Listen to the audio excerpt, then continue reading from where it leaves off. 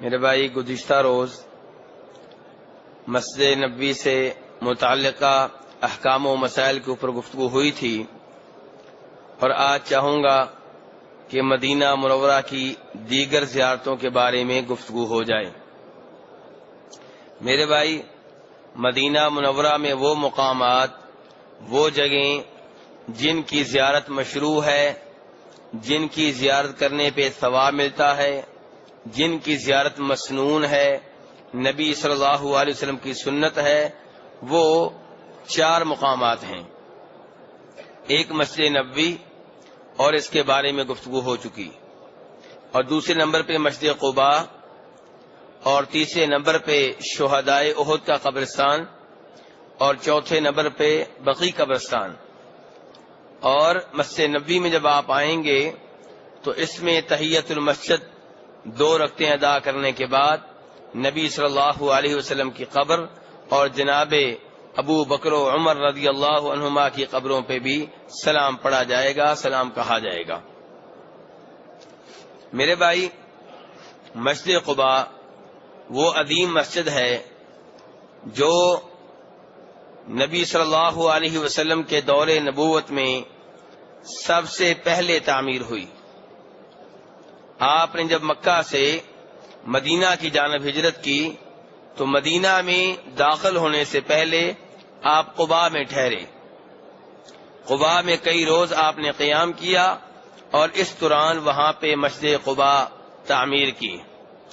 یہ وہ عظیم مسجد ہے جس کے بارے میں آپ صلی اللہ علیہ وسلم فرماتے ہیں کہ جس آدمی نے اپنے گھر میں وضو کیا اور اس نے اس مسجد میں آ کر کوئی بھی نماز پڑھی تو اس کے لیے ایک عمرے کا ثواب ہے۔ عمرہ نہیں ہے لیکن عمرے کا ثواب ملے گا۔ اور جناب عبداللہ ابن عمر رضی اللہ عنہ فرماتے ہیں کہ نبی صلی اللہ علیہ وسلم ہفتے میں ایک بار مسجد قباء میں تشریف لاتے، کبھی پیدل اور کبھی سوار ہو کر۔ تو اس لیے میرے بھائی، کوشش کی جائے کہ مسجد قباء میں جو اللہ تبارک و تعالی نے فضیلت رکھی ہے اس سے انسان محروم نہ رہے۔ مدینہ منورہ کی دیگر زیارتوں میں سے ایک شہدائے احد کا قبرستان ہے۔ احد پہاڑ کے پاس موجود شہدائے احد کا یہ قبرستان، اس کی زیارت کے لیے آنا نبی صلی اللہ علیہ وسلم کی سنت ہے۔ آپ صلی اللہ علیہ وسلم وہاں پہ تشریف لائے اور آپ نے ان کے لیے دعا کی۔ اس عظیم قبرستان میں آپ کے چچا سید الشہداء جناب حمزہ رضی اللہ عنہ مدفون ہیں، مصعب بن عمیر مدفون ہیں، عبداللہ بن جاش مدفون ہیں، دیگر صحابہ کرام مدفون ہیں۔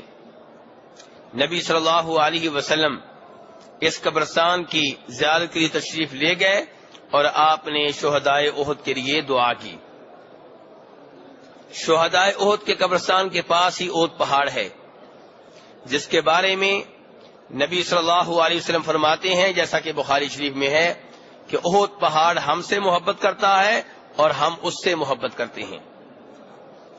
اس کا مطلب یہ ہوا کہ ہر مسلمان کے دل میں احد پہاڑ کی محبت ہونی چاہیے، لیکن محبت کا یہ معنی نہیں ہے کہ وہاں سے کنکریاں اٹھائی جائیں، وہاں سے مٹی اٹھائی جائے، اس کے درختوں سے پتے اتار کے انسان گھر میں لے کر جائے، وہاں کی بوٹیاں لے کر جائے اور یہ سمجھے کہ اس میں شفا ہے، یا اس سے بیٹے ملتے ہیں، یا اس سے بیماریاں ختم ہوتی ہیں۔ مسلمان کو اتنا ضعیف العقیدہ نہیں ہونا چاہیے۔ احد پہاڑ سے محبت ہونی چاہیے، اور محبت دل میں ہوتی ہے وہ ہونی چاہیے، جیسا کہ فرمایا نبی صلی اللہ علیہ وسلم نے۔ احد پہاڑ کو جب آپ دیکھیں تو آپ کے ذہن میں 2-3 احادیث آنی چاہیے۔ ان میں سے ایک حدیث وہ ہے جس میں فرمایا نبی صلی اللہ علیہ وسلم نے کہ جو کوئی اپنے مسلمان بھائی کا جنازہ پڑھے اس کے لیے 1 قرات ثواب ہے، اور جو جنازے کے بعد اس کی تدفین میں حصہ لے اس کے لیے 2 قرات ثواب ہے۔ صحابہ کرام رضوان اللہ علیہم اجمعین نے پوچھا، اے اللہ کے رسول صلی اللہ علیہ وسلم، 1 قرات کتنا ہوتا ہے؟ آپ نے فرمایا 1 قرات احد پہاڑ کے برابر ہوتا ہے۔ میرے بھائی احد پہاڑ آپ نے دیکھا ہوگا کتنا طویل ہے، کتنا عریض ہے، کتنا بھاری ہے. اور تصور کریں وہ جنازہ جو مسجد نبوی میں آپ پڑھتے ہیں جس پہ 5 منٹ لگتے ہیں، اس سے زیادہ نہیں لگتے، اور ثواب اللہ کی رحمت دیکھیں احد پہاڑ کے برابر. لیکن افسوس ہوتا ہے کہ کئی بھائی مسجد نبوی میں موجود ہونے کے باوجود اس فضیلت سے محروم رہتے ہیں. کتنے ہی ہمارے دوست ہیں جو فرض نماز کے فوراً بعد سنتے شروع کر دیتے ہیں، نفل شروع کر دیتے ہیں. میرے بھائی نبی صلی اللہ علیہ وسلم کی سنت یہ نہیں ہے.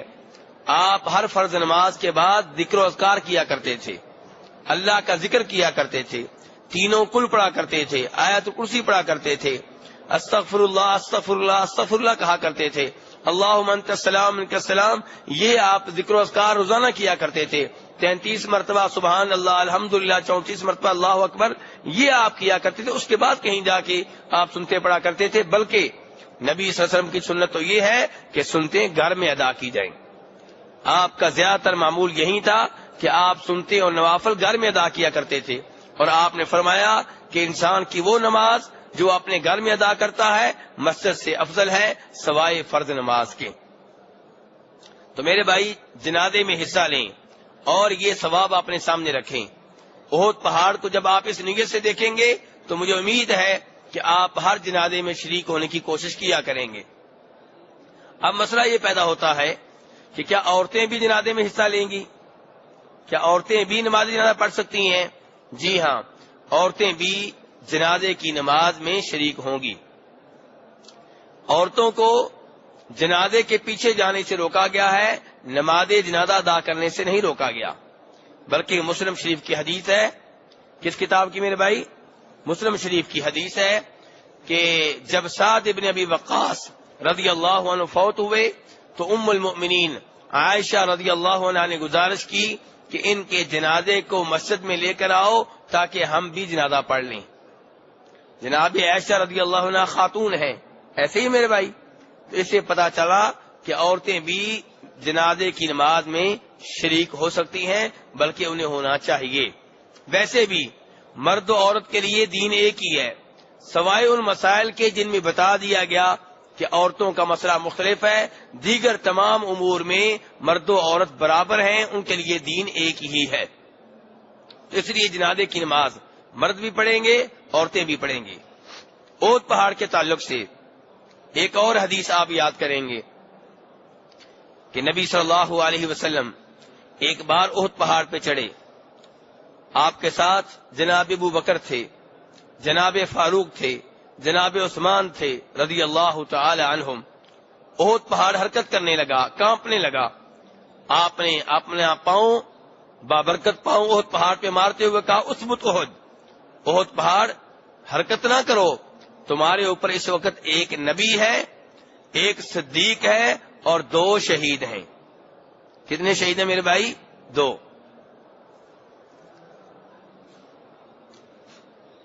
یہاں سے پتا چلا کہ نبی صلی اللہ علیہ وسلم سچے رسول تھے، ہمیں پہلے سے یقین ہے. لیکن ایسی احادیث ہمارے ایمان میں مزید اضافہ کرتی ہیں.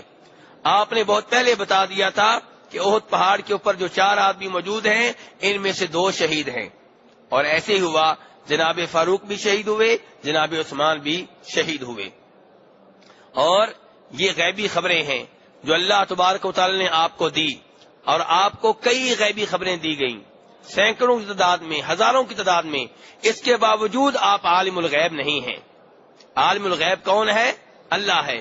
کیونکہ آپ کو چند ایک غیبی باتیں بتائی گئی ہیں، تو چند ایک غیبی باتیں مل جانے سے کوئی عالم الغیب نہیں ہو جایا کرتا. عالم الغیب وہ ہے کہ وَلَا يُحِيطُونَ بِشَيْءٍ مِّنْ عِلْمِهِ إِلَّا بِمَا شَاءَ، کہ جس کے علم کا کوئی احاطہ نہیں کر سکتا، جس کا علم غیر محدود ہے، جس کے علم کی کو کوئی ہندسوں میں گن نہیں سکتا، لا محدود اس کا علم ہے. اور جو علم اس نے لوگوں کو دیا ہے، اپنے نبیوں کو دیا ہے، اپنے رسولوں کو دیا ہے، وہ بہت تھوڑا ہے اس کے مقابلے میں جو اللہ کے پاس ہے. آپ نے وہ حدیث سنی ہوگی جس حدیث میں آتا ہے کہ جناب موسیٰ علیہ السلام اور جناب خضر جب اکٹھے ہوئے تو ان دونوں کے سامنے ایک پرندہ آیا، اس نے سمندر میں سے پانی لیا، اب پرندہ سمندر سے پانی کتنا لیتا ہے اپنی چونچ میں؟ ایک قطرہ.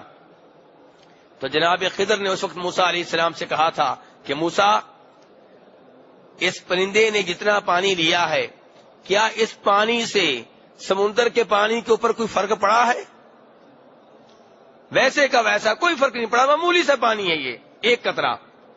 تو جناب خضر نے کہا اللہ تبارک و تعالیٰ نے جو اپنی مخلوق کو علم دیا ہے، وہ علم اللہ تبارک و تعالیٰ کے علم کے مقابلے میں ایسے ہی ہے جیسے یہ قطرہ سمندر کے باقی پانی کے مقابلے میں. تو اس لیے میرے بھائی کہنے کا مطلب یہ ہے کہ یہ غیبی خبریں اللہ نے اپنے انبیاء کرام علیہ الصلوۃ والسلام کو دیں، اور انبیاء کرام علیہ الصلوۃ والسلام نے غیبی باتیں اپنے امتیوں کو بھی بتائیں. کتنی غیبی باتیں ہم جانتے ہیں. قبر میں 3 سوال ہوں گے، کیا یہ منظر ہم میں سے کسی نے دیکھا ہے؟ ہمیں بتایا گیا غیبی بات ہے اور ہمارا یقین ہے. کیا ہم عالم الغیب ہو گئے؟ نہیں. 2 فرشتے دائیں بائیں بیٹھے ہوئے ہیں، کیا ہم نے انہیں دیکھا ہے؟ ہمیں بتایا گیا، کیا یہ غیبی بات معلوم ہو جانے سے ہم عالم الغیب ہو گئے؟ نہیں میرے بھائی. ایسے ہی اللہ تبارک و تعالیٰ کا جو آسمانوں پہ گھر ہے، اس کا 70,000 فرشتے ایک وقت میں طواف کر رہے ہیں. یہ غیبی بات ہے، ہم نے یہ منظر نہیں دیکھا. کیا یہ بات معلوم ہو جانے سے ہم عالم الغیب ہو گئے؟ نہیں. نبی صلی اللہ علیہ وسلم نے ایک رات کے کچھ حصے میں مکہ سے فلسطین، بیت المقدس اور پھر آسمانوں کا سفر کیا. پہلے آسمان پہ اس نبی سے ملے، دوسرے آسمان پہ اس نبی پہ ملے. کیا یہ منظر ہم نے دیکھا ہے؟ لیکن غیبی بات ہمیں بتائی گی. کیا ہم عالم الغیب ہو چکے؟ نہیں. عالم الغیب وہ ہے جس کے بارے میں قرآن پاک میں آتا ہے قُلْ لَا يَعْلَمُ مَنْ فِي السَّمَاوَاتِ وَالْأَرْضِ الْغَيْبَ إِلَّا اللَّهُ، کہ آسمان والوں میں، زمین والوں میں عالم الغیب ایک ہی ہے، اور وہ ہے اللہ تبارک و تعالی، کوئی اور عالم الغیب نہیں ہے. تو بہرحال میرے بھائی، احد پہاڑ کے تعلق سے تیسری حدیث جس میں فرمایا نبی صلی اللہ علیہ وسلم نے، اور یہ سب حدیثوں میں ذکر کر رہا ہوں یا بخاری شریف کی ہیں یا مسلم شریف کی. تیسری حدیث میں فرماتے ہیں نبی صلی اللہ علیہ وسلم، لا تسبوا اصحابی، میرے صحابہ کرام کو برا بلا مت کہو. اگر تم میں سے کوئی، میرے بھائی حدیث بڑی اہم ہے، فرمایا اگر تم میں سے کوئی احد پہاڑ کے برابر سونا اللہ کی راہ میں دے. کتنے کلو ہوا میرے بھائی؟ جی اللہ اکبر، ہم تصور نہیں کر سکتے. احد پہاڑ جو آپ نے سامنے سے دیکھا ہے، آپ کے سامنے صرف وہ ہے، اگر پیچھے سے جا کے دیکھیں آپ کو پتا چلے احد پہاڑ کتنا بڑا ہے، کتنا طویل ہے، کتنا وزنی ہے. تو میرے بھائی کیا فرما رہے ہیں نبی صلی اللہ علیہ وسلم، اگر تم میں سے کوئی اللہ کی راہ میں احد پہاڑ کے برابر سونا دے، گندم نہیں، کھجوریں نہیں، کیا دے؟ سونا. اور فرمایا میرے کسی صحابی نے اللہ کی راہ میں ایک مجھ یا آدھا مجھ اللہ کی راہ میں کھجوریں دی ہوں یا گندم دی ہوں، فرمایا میرے صحابی کا دیا ہوا تمہارے اللہ کی راہ میں دیے ہوئے سے کہیں افضل ہے. تم نے کیا دیا اللہ کی راہ میں؟